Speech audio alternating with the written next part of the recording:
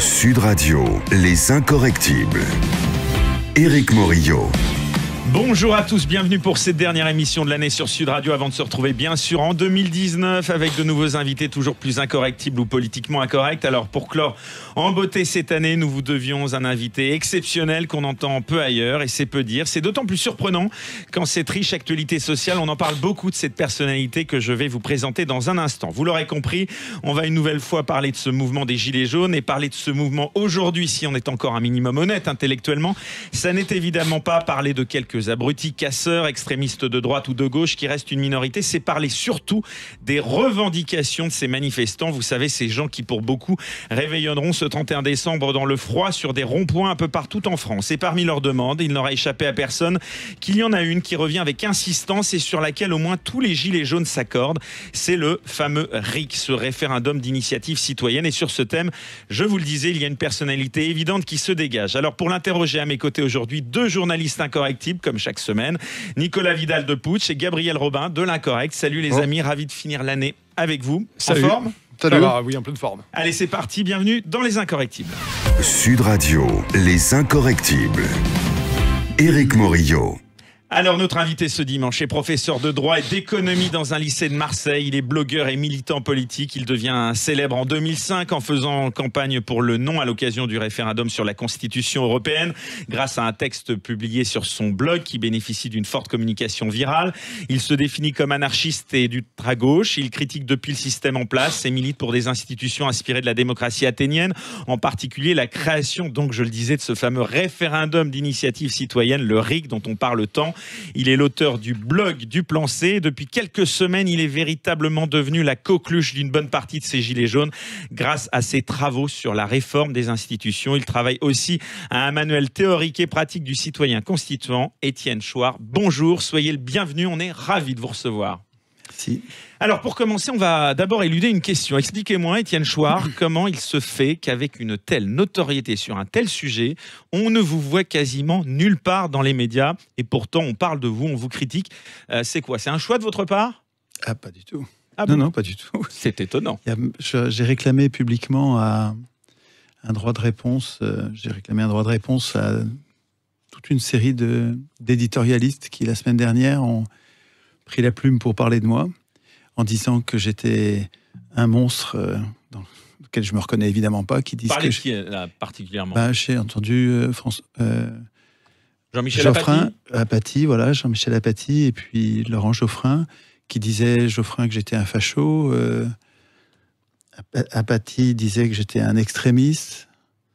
Et alors, ces gens-là, je veux bien être extrémiste, si je m'occupe extrêmement du peuple dont je fais partie, moi je veux bien, mais extrémiste de quoi? Puis qu'est-ce que ça veut dire extrémiste?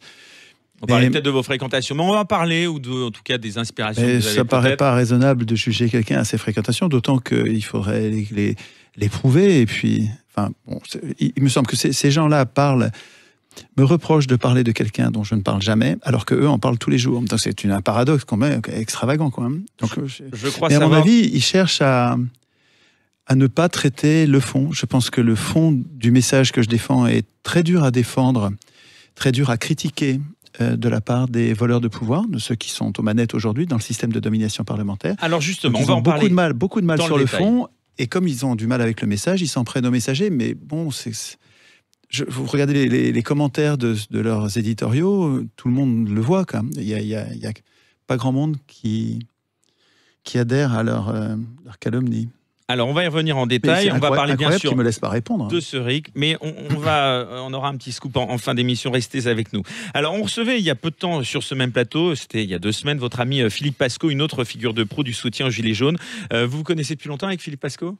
Depuis un moment, je n'ai pas compté, mais ça fait...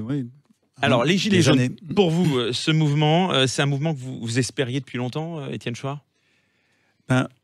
Sans qu'il y ait ce nom de Gilets jaunes, mais les Gilets jaunes font exactement ce que tous les citoyens devraient faire. Je les trouve exemplaires. Ce qu'ils font Pourquoi ça n'a pas à la éclaté fois plus tôt? Révolutionnaire. Je ne sais pas, mais moi, il y a 10 ans que je travaille là-dessus. Pourquoi maintenant? Je ne sais pas. Mais c'est pas parce qu'on ne sait pas que ça n'arrive pas. Voilà, on ne peut pas prévoir à l'avance pourquoi un peuple va se révolter, pourquoi il va se relever. En Tunisie, c'est quand quelqu'un se met le feu à lui-même et c'est scandaleux. Ou...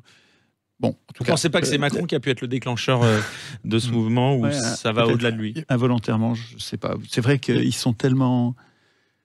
Les hommes au pouvoir et leurs sponsors financiers sont tellement arrogants, obscènes, insultants, humiliants, énervants, exaspérants, qu'il y a un moment où ça pète. Nicolas Vidal. Oui, Etienne Chouard. Est-ce que 18 mois après effectivement les élections présidentielles, est-ce que peut-être qu'on pourrait imaginer qu'il n'y ait plus d'issue politique, de voie politique après présidentielle, et que le fait des taxes, notamment, qui a été, on l'a repris partout, a été la goutte d'eau qui a fait déborder le vase, et grâce aussi avec la concomitance des réseaux sociaux, parce que on avait appelé ça la révolution Facebook. Est-ce que les présidentielles avec Macron qui ont lâché le peuple, on en parlera probablement dans une politique effectivement assez mondialisée, que les gens peut-être dont ont pris conscience, et la concomitance de la pauvreté, de la précarisation de ces gens et leur paupérisation, s'est portée sur Facebook et les gens se sont reconnus, se sont agrégés. Est-ce que c'est pas un peuple finalement qui s'est agrégé, qui s'est reconnu, qui s'était endormi et qui s'est retrouvé, qui s'est réveillé sur les réseaux sociaux? C'est pas sur les réseaux sociaux qu'ils se retrouvent, c'est sur les ronds-points. En fait, ces gens-là sortent de chez eux. Un des premiers traits exemplaires des Gilets jaunes, tous les citoyens devraient faire ça, c'est qu'ils sortent de chez eux, ils se retrouvent sur des lieux publics, des lieux de passage, et ils refont société. Il faut y aller sur les carrefours, c'est Mais qu'est-ce qui a incroyable. été le déclencheur? Comment ils se sont retrouvés sur les ronds-points? C'est une vraie question. Je sais pas, moi, historiquement, il faudrait regarder, il faudrait étudier, mais c'est pas ça qui est décisif. Hein. Enfin, quand vous allez trouver l'étincelle qui a mis le feu aux poudres, vous n'aurez pas trouvé le carburant. Vous ne réclamez pas la démission du président de la République, vous? On s'en fiche complètement. Le président, c'est pas lui le problème. C'est un gredin, mais si vous le remplacez sans changer les institutions, vous aurez un autre gredin à la place, vous aurez une autre fripouille. Enfin bon... C'est pas une question de personne. On n'a pas un problème de personne. C'est pas un problème de personnel politique. On a fort quand même. Vous le traitez de gredin, vous? Oui, de gredin, de voleur, de criminel. Non, mais attendez. De criminel même? Oui, de criminel. Et je peux développer. Ce gars-là est en train de sciemment de détruire la sécurité sociale. Quand vous supprimez les cotisations sociales, j'ai entendu le maire dire on va venir à bout des cotisations sociales. Je vais les baisser. Il s'en vante. Tout le système hospitalier fonctionne sur la cotisation sociale. Quand vous supprimez les cotisations sociales, vous affamez financièrement les hôpitaux. C'est criminel. C'est criminel, voilà. Je viens de finir un livre remarquable sur les États-Unis, le modèle américain, dans lequel il n'y a pas de sécurité sociale, ou en tout cas c'est tellement lamentable, il n'y a que les riches qui sont soignés. Si on va vers ça, oui, c'est criminel. Il y a beaucoup de gens qui meurent aux États-Unis faute de soins. Beaucoup. Je vais vous le sortir, le bouquin. Gabriel Robin, de l'Incorrect. Alors, monsieur Chouard, au début de la mobilisation des Gilets jaunes, moi, il me semble que la question du référendum d'initiative citoyenne était secondaire, voire totalement inexistante sur les ronds-points. La véritable question qui réunissait les Gilets jaunes, c'était le racket fiscal et la cherté de la vie, donc le pouvoir d'achat, qui étaient liés, et donc la goutte d'essence qui a fait déborder le vase, c'était l'augmentation de la taxe sur les carburants. Est-ce que vous avez joué un rôle dans cette transformation du mouvement et dans ces nouvelles revendications qui se sont agrégées à partir de l'acte 2, 3, 4, etc. Pensez-vous avoir eu une influence sur le mouvement? Je serais très immodeste de dire que j'ai joué un rôle. J'ai joué un rôle comme tous les humains, quoi. En fait, c'est collectif. Il y a une espèce de cerveau collectif qui est en train de grandir depuis une dizaine d'années autour d'une émancipation, d'une auto-émancipation d'une population. Et l'idée vaut pour toutes les populations du monde. Alors, le rôle que joue une personne, moi j'y travaille beaucoup, donc j'ai sûrement joué un rôle, mais tout ça est collectif. C'est impossible de dire qu'une personne toute seule ne fait rien là-dedans. Dans les années 80, la question du RIC avait été abordée par une personnalité du Club de l'Horloge qui s'appelait Yvan Blot, qui avait écrit un livre qui s'intitulait « Les racines de la liberté ». L'avez-vous lu? En avez-vous eu connaissance? Pas du tout. C'est la première personne sous la Ve République qui a vraiment développé la question du RIC. Non, Yvan Bachot est dessus. Yvan Blot. Oui, mais Yvan Bachot est là et sur le coup depuis plus longtemps. Tout à fait. Un simple citoyen qui se bagarre depuis plus longtemps. En fait... Depuis En tout cas, C'est 82, c'est oui, 1982 ça la fait sortie plus de des 30 Racines ans de la que- Liberté. Ça fait plus de 30 ans qu'Yvan est sur le coup. Alors 82, je sais pas. Mais de toute Qu'est-ce que façon, vous pensez mais de... attendez, Mais vous connaissez, mais qu'est-ce que ça peut faire? Enfin, C'est important historiquement quand même pour savoir d'où vient le référendum d'initiative citoyenne. alors Yvan bon, Blot, alors, Yvan Blot, c'est quelqu'un de droite. Oui, Oui, tout c'est à un fait. ancien de député relâche. Front National, je Tout crois. à fait, aussi. tout à fait. Bon, on va pas rentrer dans... Attends, non, mais si, parce que Non, si, non, mais c'est une vraie question parce que ça prouve que le référendum d'initiative citoyenne, c'est transversal. Absolument. Ça transcende les clivages politiques. exactement. Le sien était beaucoup plus restrictif que le vôtre, d'ailleurs. C'est Gabriel, votre prénom. Il y a 10 ans, 15 ans, tous les partis politiques, tous avaient le RIC dans leur programme. Et dans tous les sondages, quand on demandait aux Français, 90% même quelquefois, disaient oui, le RIC, c'est ça qu'on veut. Donc, vous ne pouvez pas dire c'est un bord ou l'autre. Non, Tous les partis le mettent à leur programme parce qu'ils savent que grâce à ça, ils vont être élus. En tout cas, ils vont avoir des gens qui vont aller vers eux parce que les gens en veulent. De même que la Mais ils proportionnelle. l'ont tous promis, ils ne l'ont jamais donné. C'est-à-dire que comme nous n'avons pas de constitution, donc nous n'avons pas d'institution. Non, nous n'avons pas de constitution. C'est une fake constitution. Ce truc-là, c'est un faux. Pourquoi Parce que ça devrait être une protection. Ça devrait être une protection contre les abus de pouvoir. Ça devrait être un texte qui institue notre pouvoir et nous protège contre les abus de pouvoir. Et au lieu de ça, c'est une prison Vous politique. pouvez la contester, Donc- mais elle n'est pas fausse, elle est véritable. Non. Et non, il Ça suffit. existe. Vous la qualifiez de Oui, prison, notre Oui, Constitution. écoutez, non, c'est une question de mots. Mais Oui. c'est un C'est débat. une Je question- c'est important, ne quand veux même, pas hein. du tout On peut pas l'imposer. dire qu'elle hein. est fausse. Vous êtes hein. venu avec, là, c'est ce Elle est, petit fascicule, ouais. c'est ça que vous avez devant vous? Oui, absolument. C'est là-dedans, c'est dans ce texte qu'est programmée notre impuissance politique. Alors, si vous regardez, si vous étudiez les sciences politiques, Et vous avez des vous exemples, verrez par nulle exemple part que les constitutions sont des textes qui C'est ce que programment de- l'institut. C'est ce que la disait puissance Charles des Pasqua. gens. Charles Pasqua disait la Ve République est faite pour un chêne, pas pour des glands. Est-ce qu'il n'y a pas un problème aussi d'incarnation de la Ve République aujourd'hui? On voit une formule qui est Ouais. ultra méprisante, quoi. Je veux dire, mais c'est bon. Bon. C'est pas moi, On je rentre- cite. Non, mais- Gabriel, alors, s'il bon. vous plaît, on va laisser parler quand même Étienne Chouard. On va revenir dans un petit instant sur Sud Radio, dans Les Incorrectibles. Restez surtout avec nous.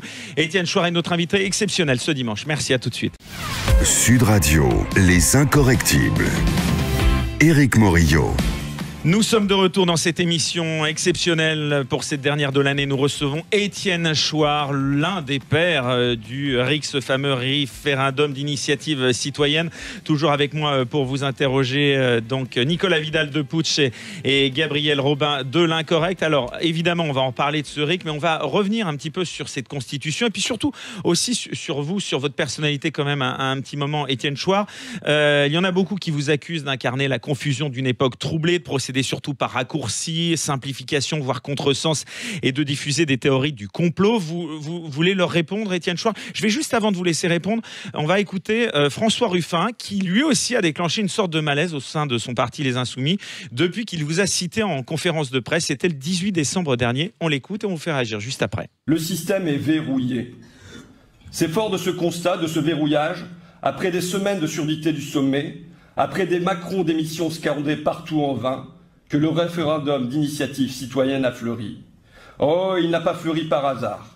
Il a fleuri parce que des hommes de conviction, nommons-les, Étienne Chouard et ses amis, ont semé, ont arrosé depuis des années, depuis le traité constitutionnel européen de 2005, depuis la trahison de Lisbonne, la trahison du peuple par les députés, par les sénateurs, par le président, depuis qu'il est évident, depuis qu'il est transparent, que le peuple ne saurait plus avoir confiance dans ses représentants.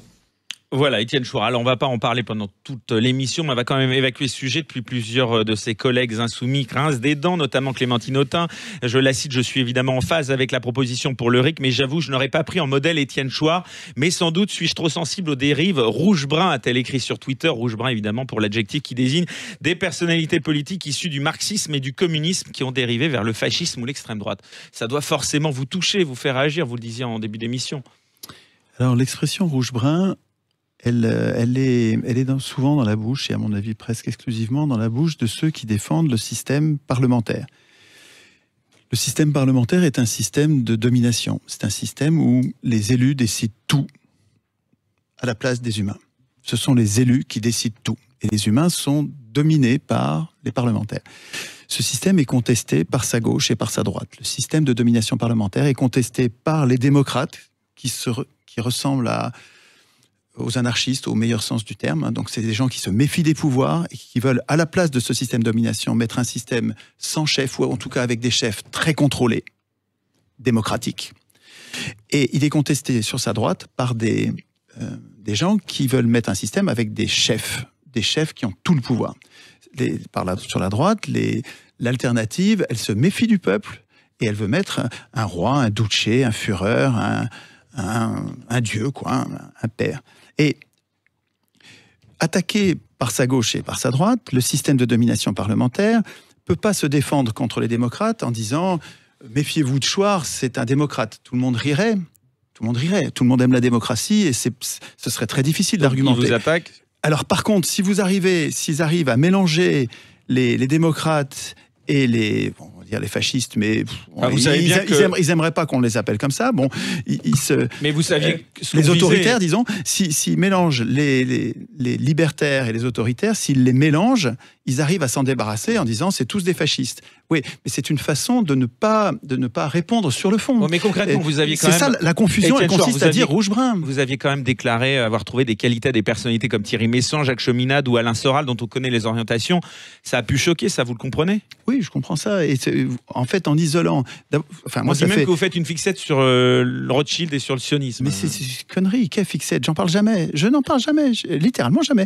Donc en fait, ça fait 13 ans que je m'exprime sur mon blog, je parle. 13 ans, ça fait des millions de mots, des centaines de milliers de phrases. Et là-dedans, on prend une phrase, j'ai pu dire des conneries. Oui, j'ai pu en dire. Évidemment, qui dit pas de conneries? Bon. Votre réaction face aux gilets jaunes qui font des quenelles. Attendez, quand vous prenez 3-4 conneries que le gars a dit dans toute sa vie politique, là, en 10 ans, vous prenez 3-4 conneries, et puis ça tourne en boucle ensuite comme s'il disait que ça. C'est-à-dire que c'est une façon de ne pas parler de son vrai travail. C'est-à-dire ce que je dis tous les jours n'a rigoureusement rien à voir avec ces ragots, ces commérages de commère, quoi, vraiment de... Quelle est votre réaction face à ces gilets jaunes qui ont fait des quenelles? Quand on dit de quelqu'un qui conteste le système parlementaire qu'il est rouge-brun, ça permet de dire, en fait, c'est un fasciste, ça fait peur à tout le monde, et après ça, on n'a plus besoin de défendre le système de domination. Moi, je réclame un débat de fond, quoi. Je veux dire... il me semble que nous devrions faire le procès de l'élection, centralement, puisque l'élection, à mon avis, est le centre névralgique du système de domination parlementaire. Élire, ça n'est pas voter. Élire, c'est même renoncer à tout jamais à voter. C'est-à-dire que quand je mets un bulletin dans l'urne en disant c'est toi que je choisis pour voter à ma place, ça veut dire que je voterai plus. Pendant 5 ans, je ne vais plus voter. C'est toi qui vas tout voter à ma place. Bon, ben ça, c'est très contestable. Il ne faut pas mélanger, il ne faut pas confondre l'élection et le vote. Or, les élus parlent indifféremment de l'un et de l'autre. Ils disent comme un devoir, allez voter. Mais on va jamais voter, on va élire ce qui est précisément le contraire de voter. Donc il y a quand même un problème de choix de société. Est-ce que nous voulons voter ou est-ce que nous voulons élire? Les démocrates voudraient voter leur loi. Et on ne leur propose que d'élire des maîtres. Il y a un problème dont on n'arrive pas à parler avec des termes clairs, en prenant le temps de définir chaque mot. À chaque fois, c'est une bouillie. Rouge-brun, c'est pas un débat, quoi. Je veux dire, rouge-brun, on est dans l'invective.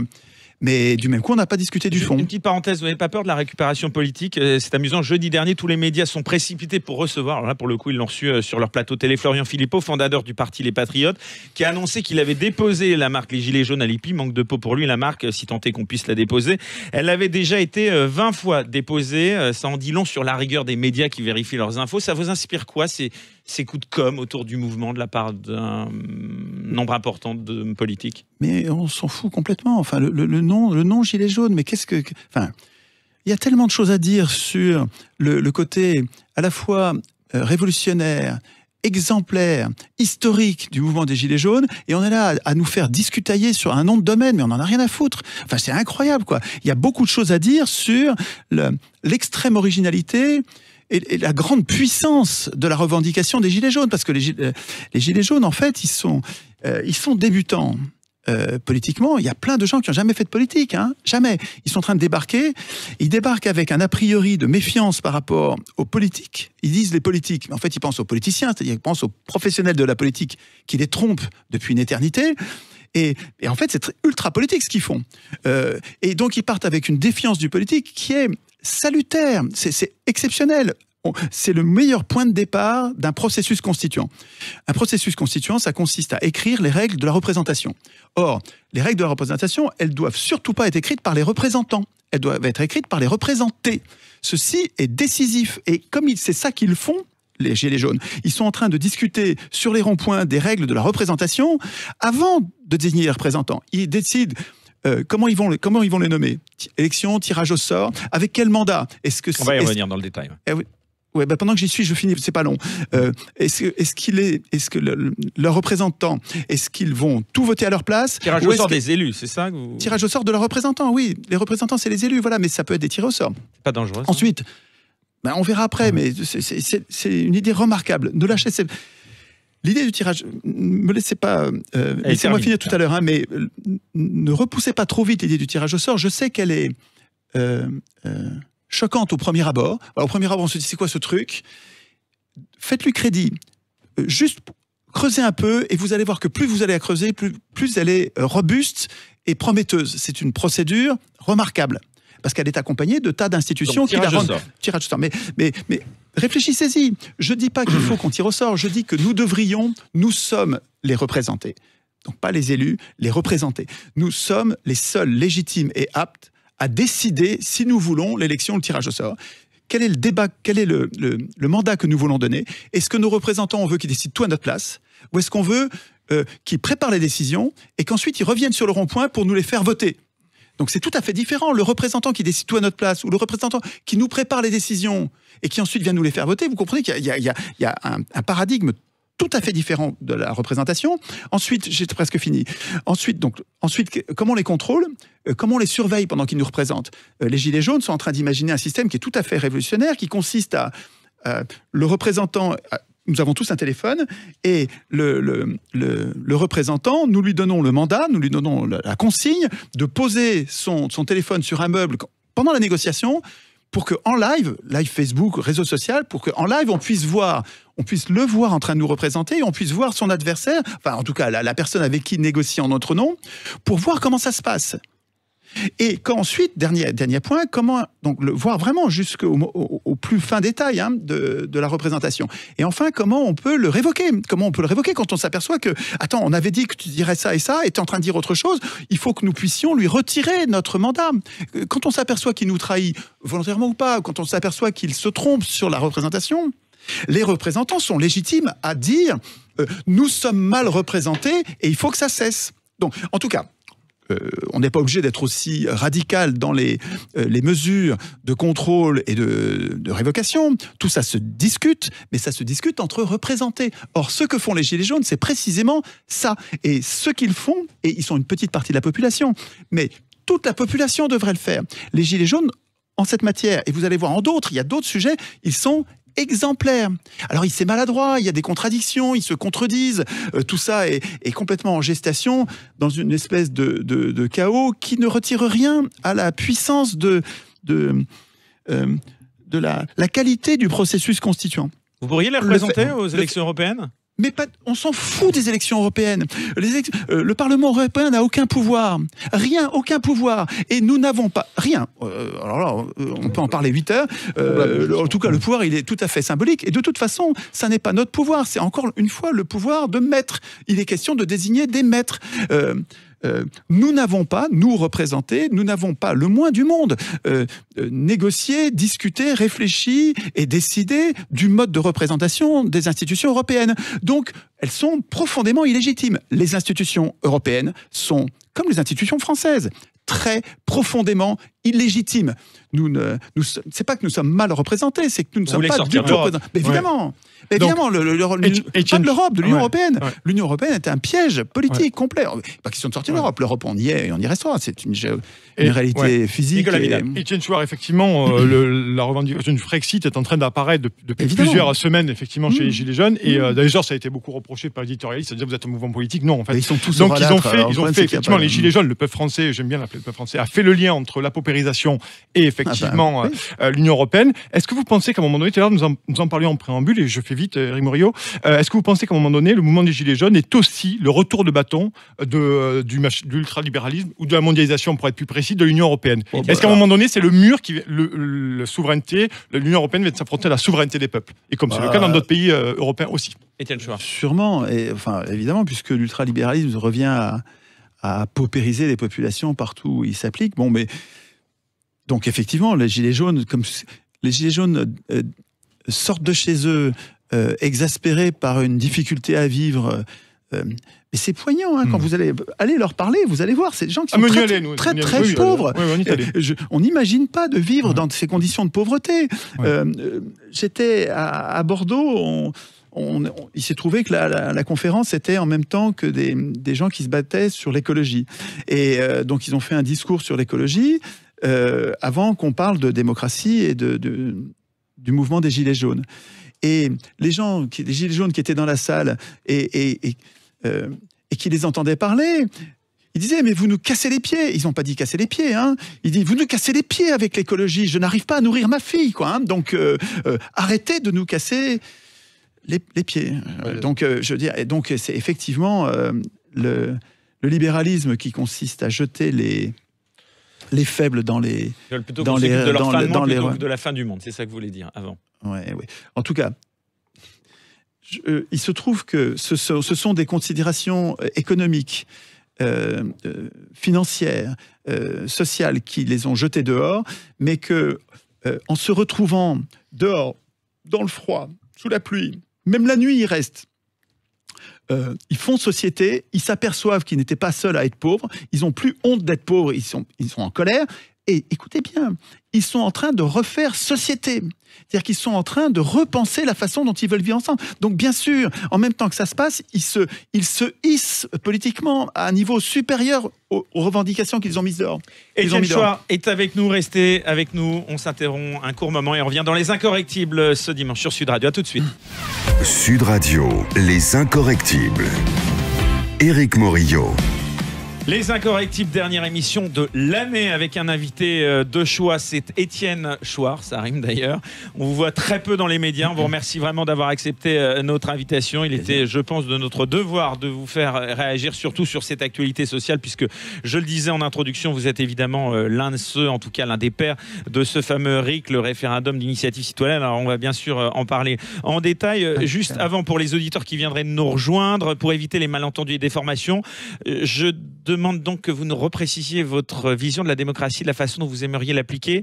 Vous disiez donc qu'on est enfermé dans une prison. Hein. Cette démocratie actuelle, vous le redites bien, vous la considérez comme une prison. Une prison politique. Une prison politique, c'est-à-dire qu'en fait,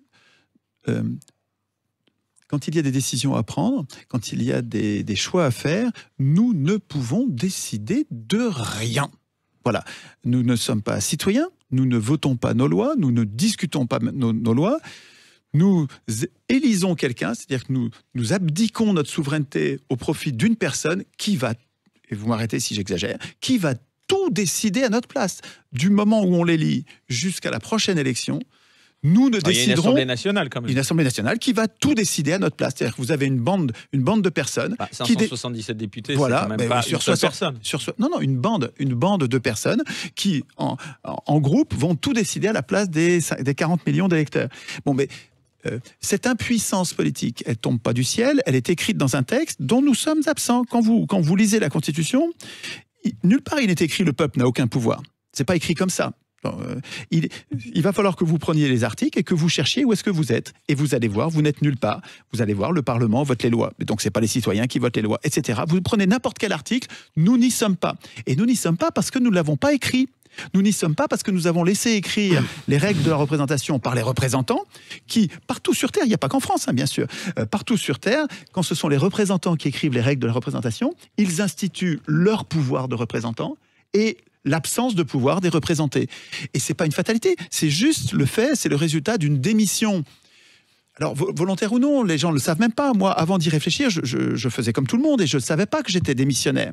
Mais c'est bien, volontairement ou non, une démission des représentés de rédaction des termes de la représentation qui nous conduit à l'impuissance. C'est donc pas du tout une fatalité. C'est une bonne nouvelle que je vous donne là. Cette prison-là, en fait, nous en avons la clé. Elle est entre nos mains. Il suffit de faire des ateliers constituants, de nous entraîner Vous entre êtes pour nous. une 6e République?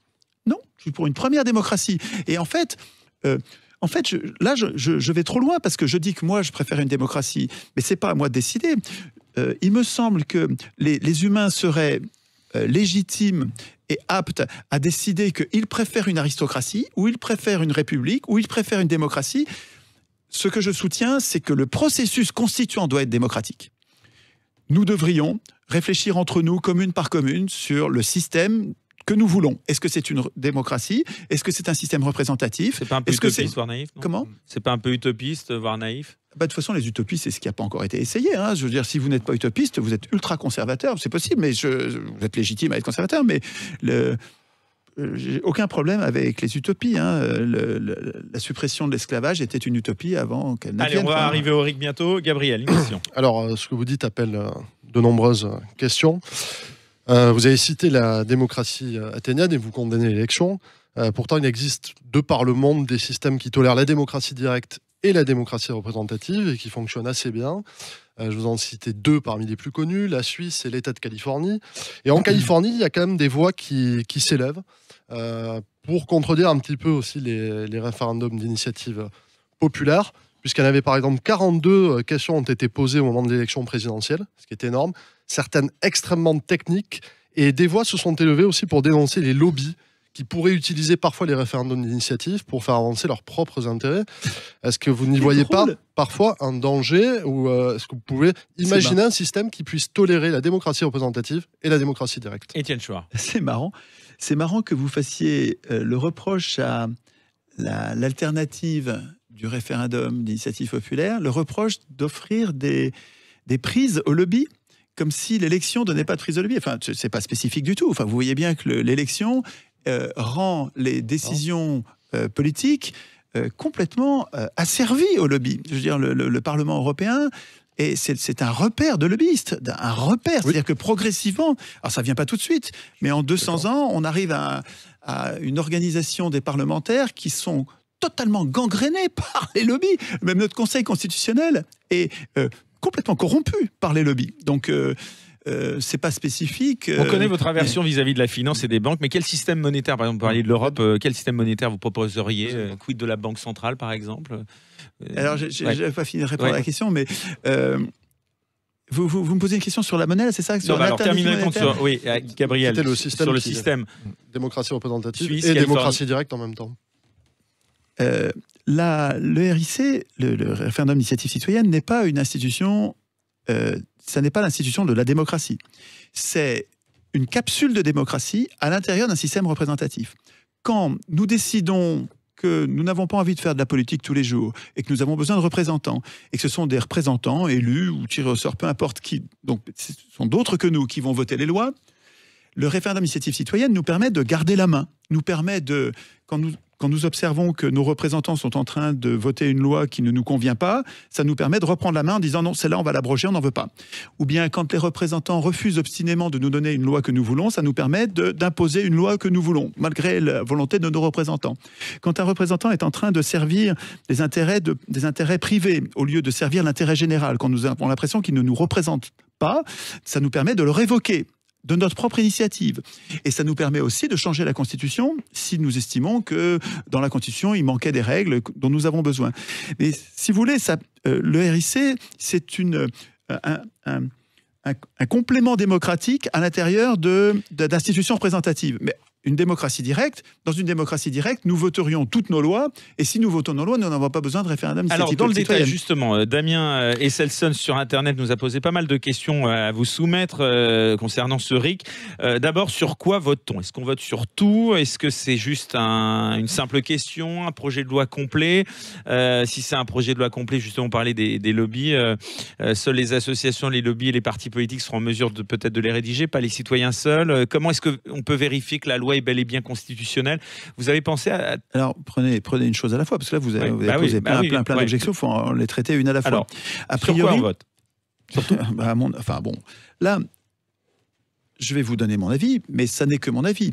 Parce qu'on recevait Luc Ferry qui nous disait, par exemple, la semaine dernière, le Front National va demander un référendum sur peut-être la peine de mort, un autre sur l'ISF. Et alors on va être tout le temps consulté. Et alors, là, c'est ça qu'on demande justement. Précisément, ce qu'on demande, c'est voter. On a marre d'élire, on voudrait voter. Donc, vous êtes en train de nous dire on va trop voter, mais justement, c'est ça que nous souhaitons. Nous voudrions voter plus. Donc, élire moins et voter plus. Alors, sur quel domaine et avec quelles limites ? Ce que je dis, avant de vous donner mon avis sur la question, ce que je dis, c'est que c'est pas aux représentants de décider ça. Décider quelle va être la portée de la souveraineté, parce que c'est une question de souveraineté. Ce dont il est question de trancher avec le référendum d'initiative citoyenne, avec les limites ou pas du référendum d'initiative citoyenne, c'est de la souveraineté. Qui va décider ? Et cette question-là, elle ne doit pas être traitée par les représentants. Elle doit être traitée par les représentés. Nous qui ne sommes pas au pouvoir, nous sommes les seuls à être légitimes pour dire voilà quelle va être la portée de notre souveraineté. Et donc, moi, je préférerais, et c'est à vous d'opiner de votre côté, c'est à vous d'opiner, c'est à chacun d'opiner. Moi, je préférerais que la souveraineté soit une souveraineté totale. Je ne vois pas pourquoi elle serait limitée. Mettez-moi quelqu'un en face qui va défendre l'idée que... Dans quel délai, par exemple ? Mettez-moi en face de quelqu'un qui va me dire voilà un sujet sur lequel le référendum ne devrait pas pouvoir traiter. Par exemple, en Italie, ils n'ont pas le droit de faire des référendums en matière fiscale. Sur les impôts. Je voudrais bien voir quelqu'un qui arrive à justifier cette restriction. Qui êtes-vous, vous qui dites, qui êtes-vous pour dire au peuple, bon, tu es peuple, tu vas être souverain, mais pas en matière fiscale. Quelle est la légitimité de l'être humain qui ose dire de quelle supériorité, de quel promontoire parle-t-il quand il dit le peuple peut faire ci et ça, mais ça, il peut pas. C'est juste, politiquement, sur le plan de la philosophie politique, c'est indéfendable.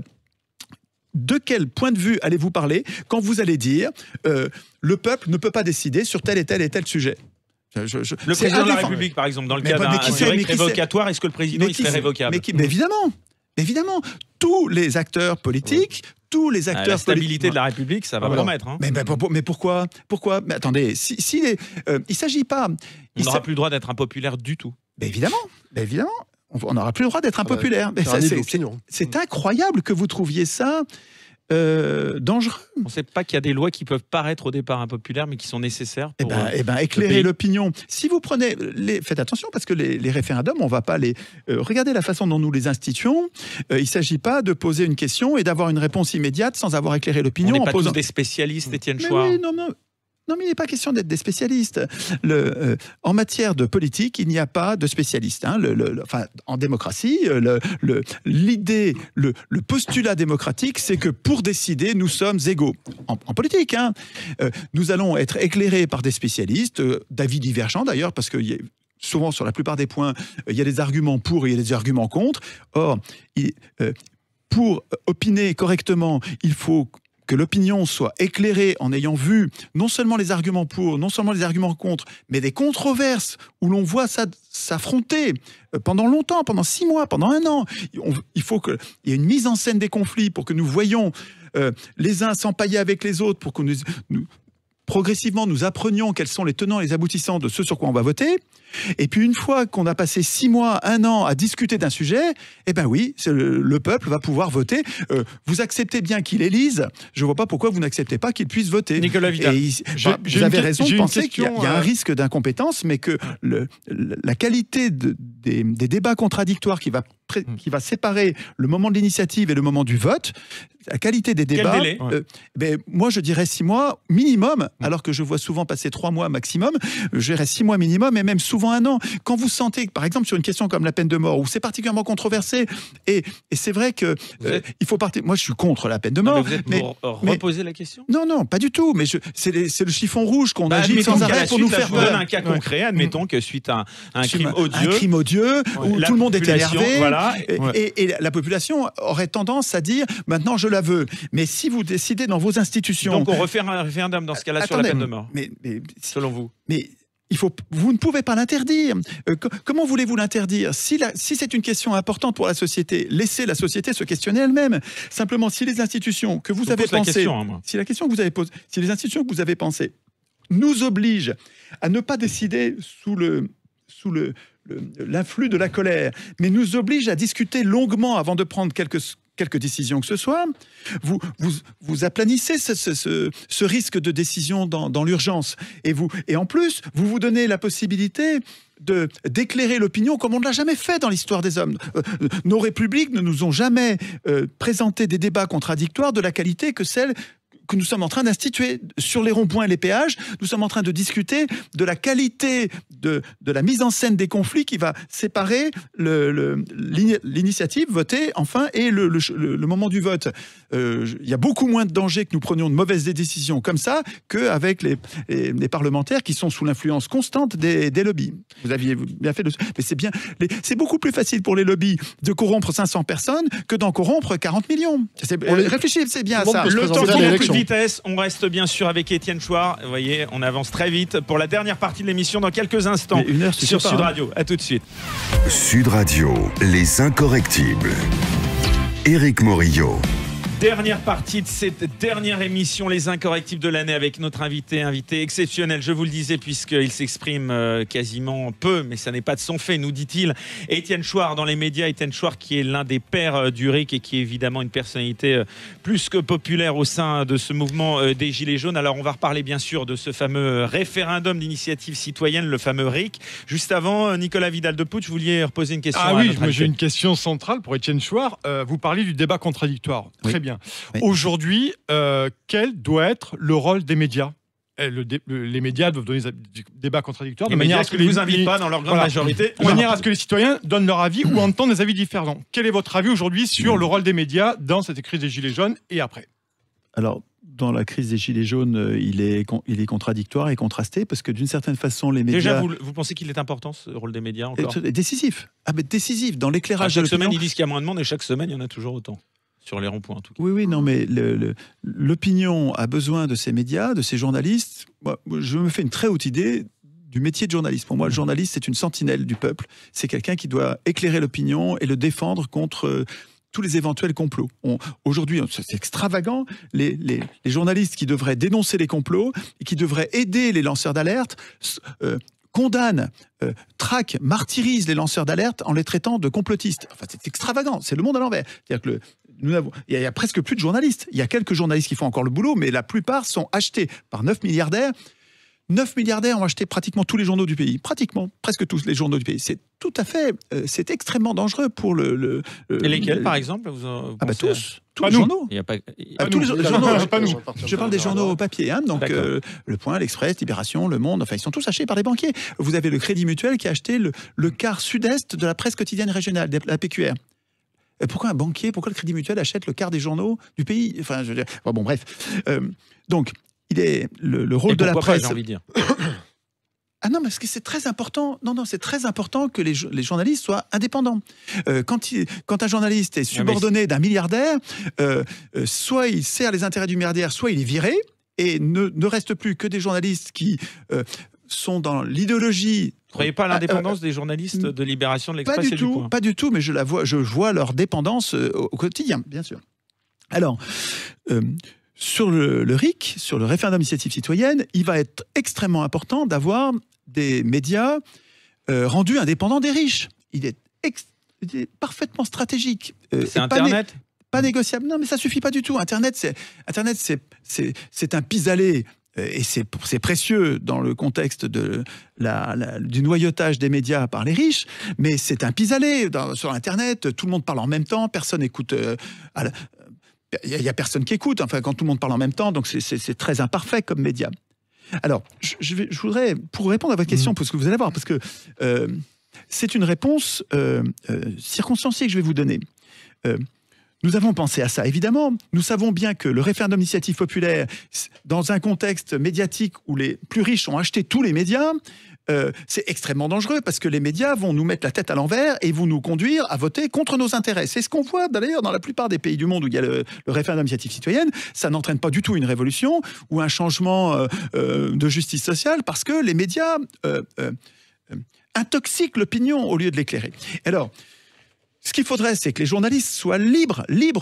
Alors, je sais bien qu'ils se sentent libres. Je sais bien que les journalistes de Libération, du Monde disent « mais moi, il n'y a personne qui me donne des ordres ». Oui, le problème, c'est que leur idéologie néolibérale a fait qu'ils restent encore en poste. Tous ceux qui ne sont pas de la même idéologie ont été virés, et c'est très librement que leur position néolibérale s'exprime de façon néolibérale dans leur colonne. Et donc, c'est vrai qu'il n'y a personne pour leur donner des ordres, mais il faut comprendre que c'est au moment de l'embauche ou du licenciement que l'idéologie d'un média est transformée par le fait qu'il a été acheté. Alors, je vous allez voir, c'est très court, hein, ça tient en un article. Moi, je suggère que les gilets jaunes et les citoyens ensuite, parce que je répète, les gilets jaunes sont exemplaires de ce que nous devrions tous faire. Voilà ce que je suggère que nous écrivions, mais ça, c'est un point de départ à discuter. C'est-à-dire qu'il y a une colonne blanche à côté pour que chacun discute en amendant, en disant « Schwartz exagère », il corrige, en rajoutant... Alors, je vous lis. Donc, c'est un tiret à l'intérieur de l'organisation des débats contradictoires. L'opinion des citoyens, donc il y a une pétition de principe d'abord. L'opinion des citoyens doit être honnêtement et complètement éclairée en toutes circonstances. Point. Donc ça, c'est ce qui permet de comprendre ce qui va suivre.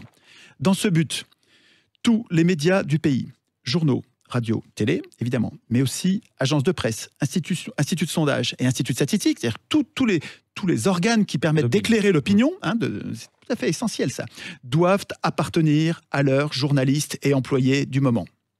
Point. C'est une idée. Avec quel argent, Étienne? Non. Attendez, l'argent, c'est absolument jamais un problème.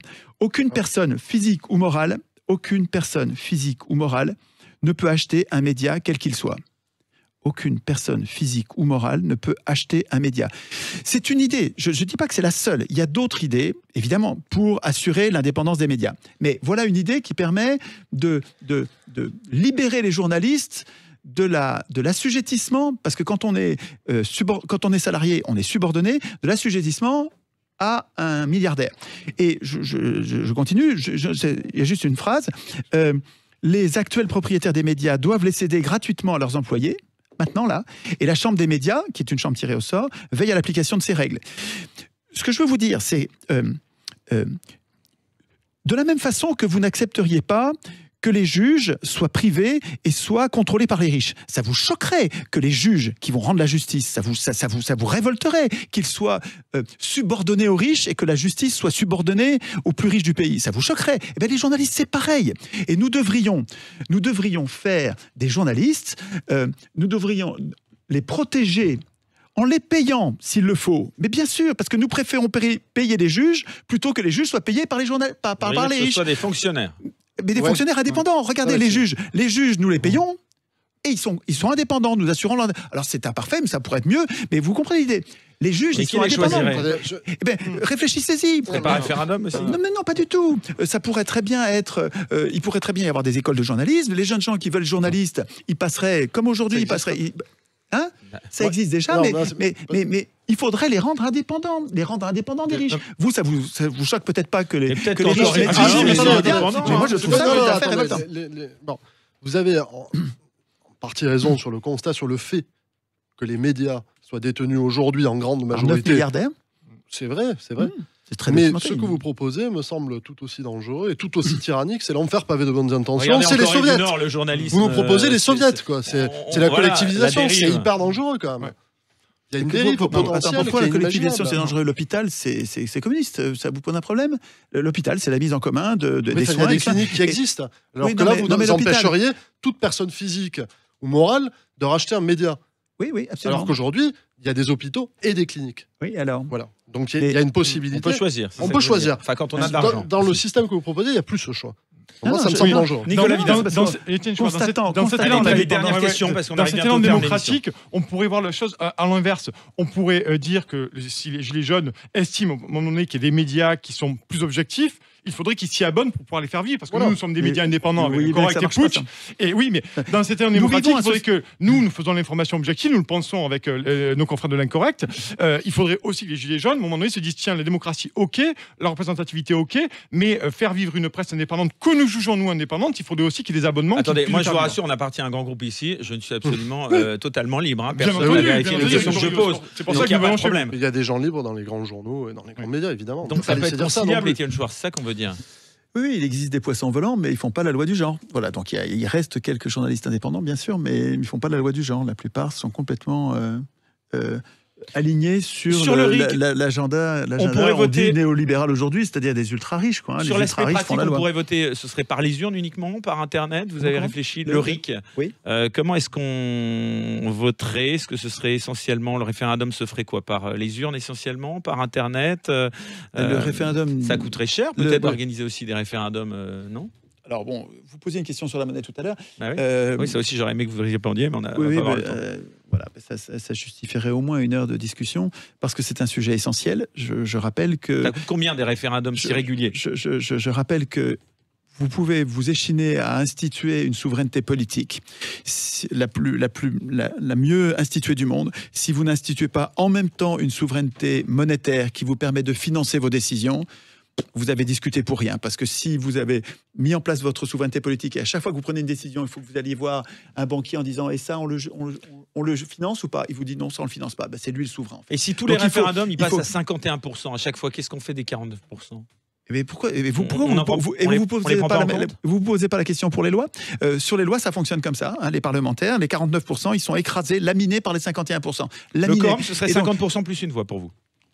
Si vous avez un meilleur moyen, ça m'intéresse. Mais pour l'instant, la majorité, c'est un pis-aller pour tout le monde. Tout le monde préférait, depuis le bon seuil, selon vous. Attendez, depuis la nuit des temps, les humains préféraient prendre leurs décisions à l'unanimité. Mais quand les groupes deviennent des grands groupes, c'est plus possible. Donc, on décide à la majorité, faute de mieux, c'est un pis-aller, on ne peut pas faire autrement. Mais écoutez bien, pour l'instant, dans le système électoral, nous sommes condamnés à un système de partis. C'est l'élection qui fait qu'il y a des partis, dans lequel le parti qui a gagné a tout gagné pendant 5 ans. Donc pendant 5 ans, c'est lui qui va décider de toutes les lois et les 49%, ils vont être écrasés pendant 5 ans. Le système qu'on pourrait imaginer, c'est un système dans lequel nous votons nos lois. Et à ce moment-là, c'est vrai que loi par loi, il va y avoir à chaque fois un 49-51, un risque. Ce serait une simple question qui rédige la loi ensuite, ça aussi, il faudrait la poser. Comme oui, ça. Alors ça peut être des représentants qui préparent la loi, mais c'est nous qui la votons. Mais oui, mais je suis pas du tout hostile à la représentation. Enfin, c'est un mauvais procès. Je ne suis pas du tout hostile à la représentation. Je soutiens simplement que c'est pas aux représentants d'écrire les règles de la représentation. C'est-à-dire que c'est aux représentés de dire quel type de représentants ils veulent. Ceci est absolument décisif et révolutionnaire. Ce que font les Gilets jaunes, quand ils parlent de ça, est révolutionnaire et exemplaire. La constitution de la 5e a été validée par référendum. C'est une anti-constitution. C'est le peuple. C'est une anti-constitution. Mais c'est une anti-constitution, évidemment. C'est le peuple qui l'a voté. Ce sera le dernier mot. Et donc, Gabriel, c'est une anti-constitution. Vous faites la démonstration que le fait de voter la Constitution ne suffit pas à nous protéger. On nous balade. Le référendum ne suffit pas. Non, mais un référendum ne suffit pas pour la Constitution, ça c'est évident. Il faut que nous l'écrivions nous-mêmes. Oui, absolument. Il faut que nous l'écrivions nous-mêmes. Le fait de la voter ne suffit pas, parce qu'on se fait enfumer. À Maastricht, c'était pareil.